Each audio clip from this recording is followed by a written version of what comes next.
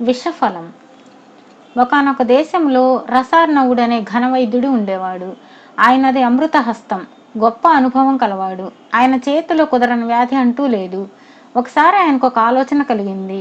ఎన్నో సంవత్సరాలుగా గురు శుశ్రూష చేసి శాస్త్రాలు చదివే అనుభవం గడించి ఇంత కీర్తి ధనము సంపాదించాను.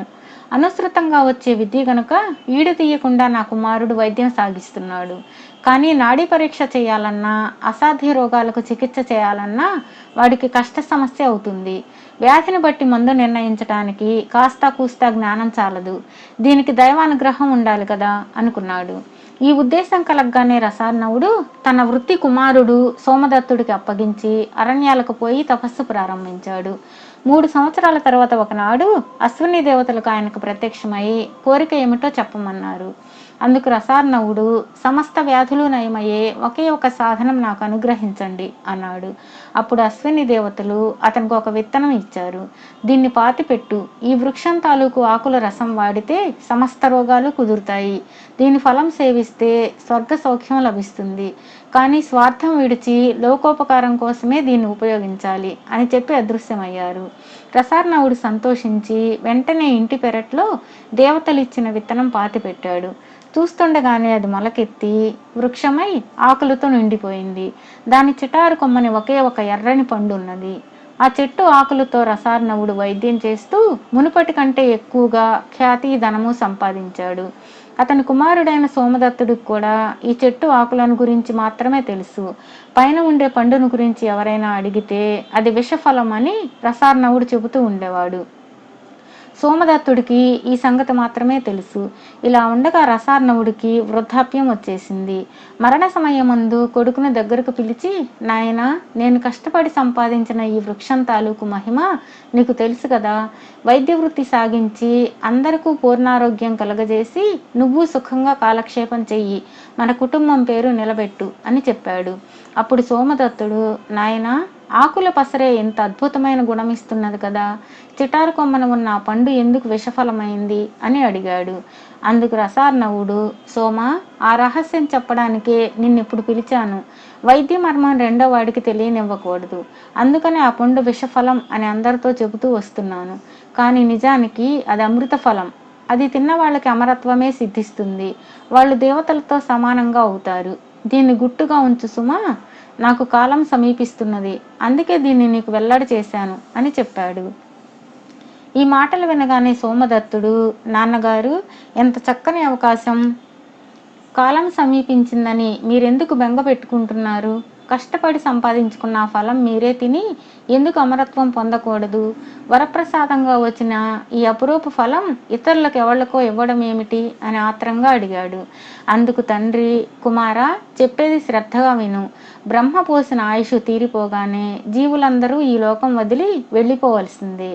మానవుడు అమరత్వం పొందడానికి ప్రయత్నించడం దైవాజ్ఞను ధిక్కరించడం అవుతుంది.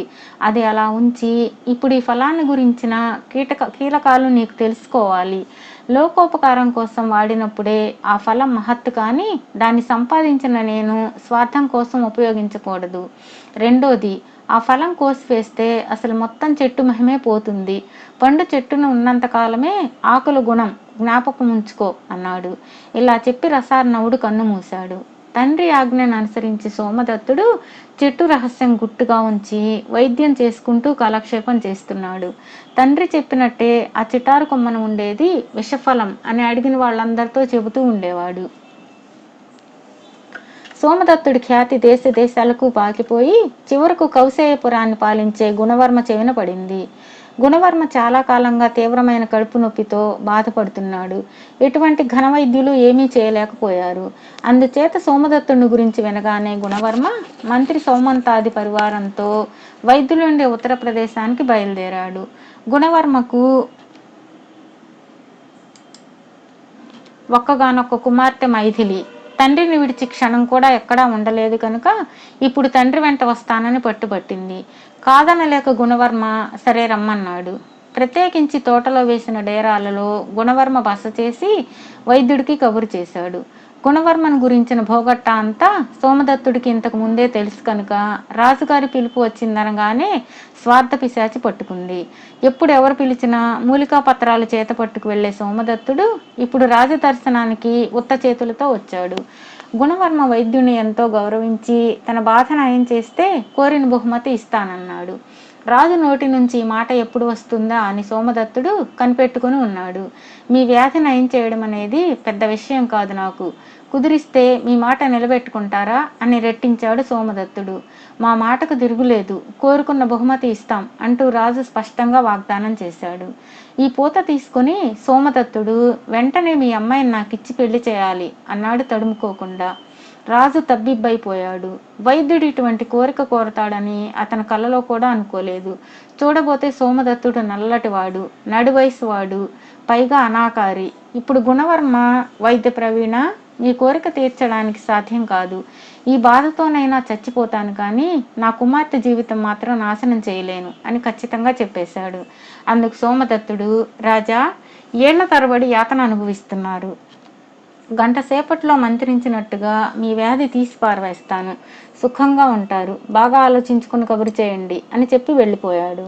వైద్యుడు అటు వెళ్ళగానే రాజపుత్రి తండ్రి వద్దకు వచ్చి, నాయనా, మీ బాధ నేను చూడలేకుండా ఉన్నాను, నేను అతన్నే పెళ్ళాడతానని కబురు పంపండి. అయితే ఒక్క షరతు పెట్టండి, ఆయన చెప్పినట్లు 1 గంట కల్లా బాధ తగ్గకపోతే మన కోట గుమ్మానికి తల ఒప్పగించాలని మాత్రం చెప్పండి అన్నది. ఆ సాయంత్రం మంత్రి వైద్యుడింటికి వచ్చి రాజకుమార్తె మాటలు పూసగుచ్చినట్లు చెప్పాడు. అంతా విని సోమదత్తుడు, మంత్రివర్య, మాట వరుసకు గంట సేపు గడువిమ్మన్నాను గాని అది అవసరమే లేదు. రాజాజ్ఞ అయితే 2 నిమిషాల్లో ఏలిన వారి బాధ పోగొడతాను, పోగొట్టలేకపోతే సంతోషంతో నా తల సమర్పిస్తాను అంటూ నిబ్బరంగానూ నిర్లక్ష్యంగానూ చెప్పాడు. చాటుగా పక్కనే ఉండి సోమదత్తుడు భార్య సువర్ణ ఈ ప్రసంగమంతా విన్నది. రాజుగారి కూతురే తన భర్తకు రాణి కాబోతున్నది. ఇక తన ముఖం చూస్తాడా, తన గతి ఏమిటి? ఇదంత దారుణమైన ఆలోచన. ఇలా ఆమె మనస్సులో తీరని వేదన పొందుతూ ఉంది. కాబోయే కళ్యాణం గురించి సోమదత్తుడు సంతోషంతో పొంగిపోతున్నాడే గాని భార్య పడుతున్న బాధను తలచనైనా లేదు. చీకటితోనే లేచి ఆకులు కోసుకొని సోమదత్తుడు రాజుగారి బస్కు బయలుదేరాడు. రాజుకు మందిచ్చాడు. ఎందుచేతనో తగ్గడానికి బదులు రాజు బాధ ఎక్కువై భరించలేకపోయాడు. వైద్యుడికి చెమటలు పోశాయి. వైద్యశేఖర, తల ఇవ్వడానికి సిద్ధంగా ఉండు అన్నాడు మంత్రి. స్వామి, తొందరలో ఏదో పొరపాటు జరిగింది, మరొక మూలిక తెచ్చి ఉంటాను, తమరు సెలవిస్తే ఇంటికి పోయి ఇప్పుడే సరైన మందు తెస్తాను అన్నాడు వణికిపోతూ సోమదత్తుడు. రాజాజ్ఞ అయింది కనుక సోమదత్తుడిని మంత్రి సరే వెళ్ళిరమ్మన్నాడు. అయితే అతను మోసం చేయకుండా చెరువక పక్కని విచ్చుకొత్తులతో పారావాళ్లని వెంట పంపించాడు. ఇంటికి వస్తూనే సోమదత్తుడు పెరట్లోకి వెళ్ళి చెట్టు చిటారు కొమ్మ చూశాడు. అక్కడ పండు కనిపించలేదు. అంతా నిష్ప్రయోజనం అనుకుంటూ లోపలికి వస్తుంటే కాలికి ఒక కాగితం తగిలింది. అందులో ఇలా ఉంది: మీకు నేను ఆటంకంలాగా ఉండదలచలేదు, చెట్టుపైన ఉన్న విషఫలం తిని ఆత్మహత్య చేసుకుంటున్నాను అని ఉంది. ఆతనంతో సోమదత్తుడు భార్య కోసం వెతకసాగాడు. ఎంత వెతికినా ఆమె కనబడలేదు. చెప్పలేని బాధతో రాజు మాట్లాడలేని స్థితిలో ఉన్నాడు. మంత్రి సోమదత్తుడిని రాజు ఎదుట పెట్టి పక్కనే ఉన్న భటులకు సంజ్ఞ చేశాడు. అంతలో అశరీరవాణి పలికింది. అందరూ ఆ దిక్కు చూసి ఆశ్చర్యపడ్డారు. ఒక దేవత కనబడి, నా భర్త తప్పును మన్నించండి అంటూ ఆమె తన కథను పూర్తిగా చెప్పింది. తరువాత రాజును పుచ్చుకోమని చెప్పి ఒక మూలిక కింద పడవేసింది. అది గుటక వేయగానే రాజు బాధ పూర్తిగా తగ్గిపోయి ఆ క్షణం నుంచి చాలా సుఖంగా ఉన్నాడు. సిగ్గుతోనూ విచారంతోనూ సోమదత్తుడు ఇంటి దారి పట్టాడు.